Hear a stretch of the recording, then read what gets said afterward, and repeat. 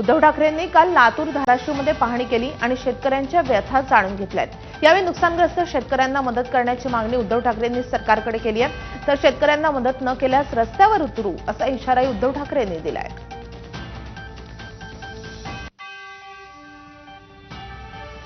मी एक वेळ पाहिजे तर गळफास लावून घेतो, पण तुमची कर्जमाफी नको।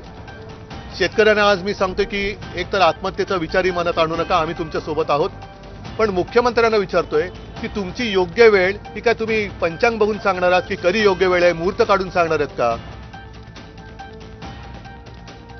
माझी अपेक्षा आहे दिवाळीच्या आत, कारण मुख्यमंत्र्यांनी काल तसं घोषणा केलेली आहे, दिवाळीच्या आत मी दिवाळीच्या नंतर परत एकदा मराठवाड्यामध्ये येणार तर आहेच, पण शेतकऱ्याला जर का या सरकारने कर्जमुक्त केलं नाही तर कर्जमुक्तीसाठी शेतकऱ्याच्या खांद्याला खांदा लावून शिवसेना रस्त्यावरती उतरल्याशिवाय राहणार नाही।